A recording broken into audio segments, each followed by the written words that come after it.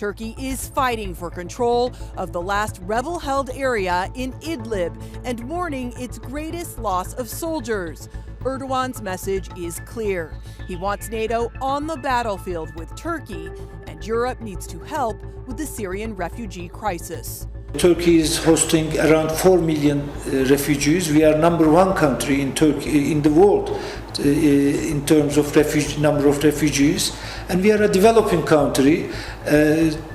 Many of these countries that raise complaints against Turkey, they have much more resources than Turkey, but unfortunately they don't sacrifice their resources for refugee people. Turkey is doing its best actually. We have spent more than $40 billion for refugees, as a humanitarian support actually to the refugees. All countries should put their hands under the refugee burden, and all should contribute. Instead of doing this, some countries are just trying to use polemics or some discourses to hide actually their irresponsible behaviors. We are a single country, and no single country can shoulder the whole burden. So we are calling all these international institutions and countries which has much more resources than Turkey to use more resources to help refugees.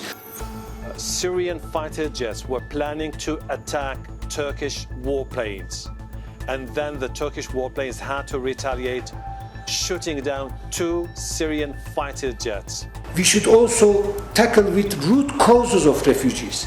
I mean, why do we see these refugees? Because there is a political problem. So we should also work together for a political solution to Syrian issue in order to tackle with this problem.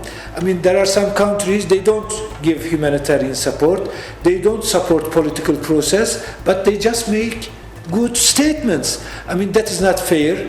Turkey is doing its best to help refugees and also to help this political process to solve this issue in Syria, so that some of these refugees at least can go back to their own home countries.